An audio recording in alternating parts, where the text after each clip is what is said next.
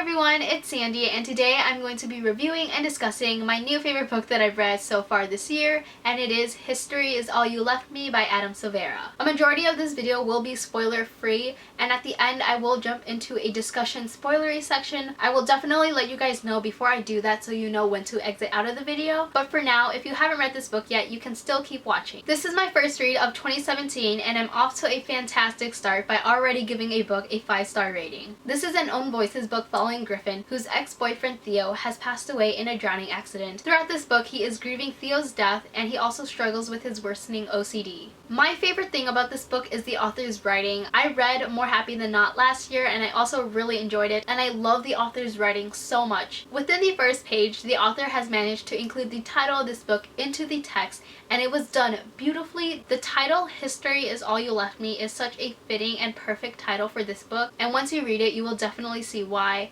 I love the way the story is formatted. It's told through Griffin's point of view, but it switches between history and today. In history, readers learn about Griffin's past with Theo, how their relationship started, and what happened along the way. And in today, we are following Griffin as he mourns Theo's death. The way the story was written really exemplifies Griffin's grief and heartbreak. Adam Silvera has a thing with words that really makes you feel Griffin's emotions in a real and raw way. That is the exact same thing that I felt when reading More Happy Than Not. I really felt for the main character's emotions, and I think the author is an amazing writer. The entire book is told in Griffin's point of view, but even with the side characters who you don't have a point of view from, you really feel for them as well. Theo is Griffin's ex-boyfriend, and Theo actually moved to California for college, and he met a new guy named Jackson. So Jackson was Theo's current boyfriend before he passed away. Jackson is basically the only one who knows what Griffin is feeling because they both love Theo. They both experience a romantic relationship with Theo. Throughout the story, Jackson and Griffin basically share their experiences with Theo, and reading the history of when Theo was alive, I felt like I really got to know Theo's character, and all the characters in this book felt like people I knew in real life. I think the author does a wonderful job developing relationships. I really enjoyed reading about how Griffin and Theo's relationship began and what occurred while they were together. I thought they were super cute, and I also really liked the friendship with Wade. Griffin's friend group basically consists of Theo and Wade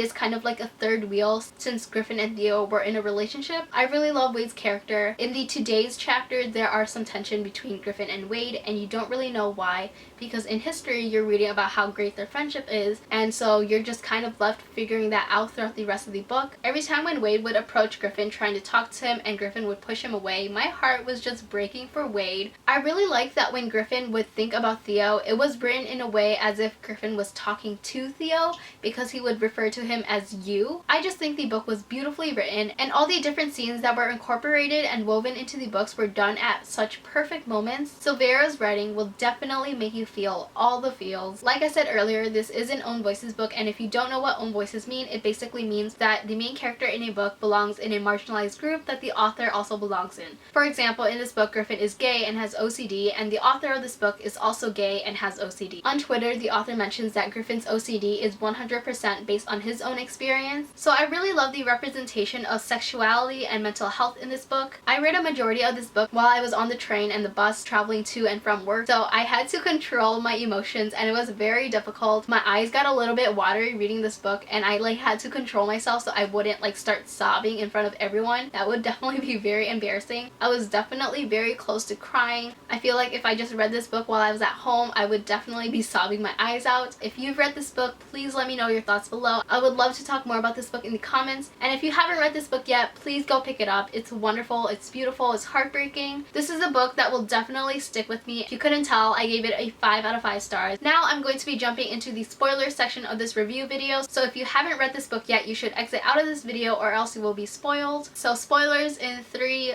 2, 1. I really don't have much spoilery things to talk about, but I do want to say that I really liked how Griffin and Wade resolved their friendship, and now they're entering into this more than friendship type of relationship. I definitely ship it, and like I said earlier, I loved Wade's character. I really wanted to see more of him in this book, but I do love the scenes with him in it. A really funny part in this book was when Griffin and Theo were buying condoms and they ran into his dad at the convenience store or whatever. Oh my god. If I was in that situation, I would be so embarrassed. I would drop everything and run away. But in this book, I just really loved how supportive Griffin's parents were. They were supportive of his sexuality, and they were supportive friendship when Theo passed away. They were there for him. Throughout the book, Griffin's OCD is starting to worsen. His parents were really concerned about it. They were trying to get him to see a therapist, and I'm glad that by the end of the story he agreed to do it. In this book, Griffin definitely didn't make the wisest decision. For example, when he had sex with Jackson, I was kind of like, no. Fortunately, I haven't been in a situation where I have lost a loved one, so I can't really understand what Griffin is going through, but I love the way the author is able to portray his emotions. His emotions definitely got to me, but I can't really understand what he's thinking and the decisions that he makes. I do like that by the end of the story, we do have this friendship between Griffin and Jackson, and I also love the scene when Wade threatened Jackson to stay away from Griffin. Those are all my thoughts and feels on History Is All You Left Me by Adam Silvera. Thank you so much for watching this video. I hope you enjoyed it, and I will see you next time. Bye!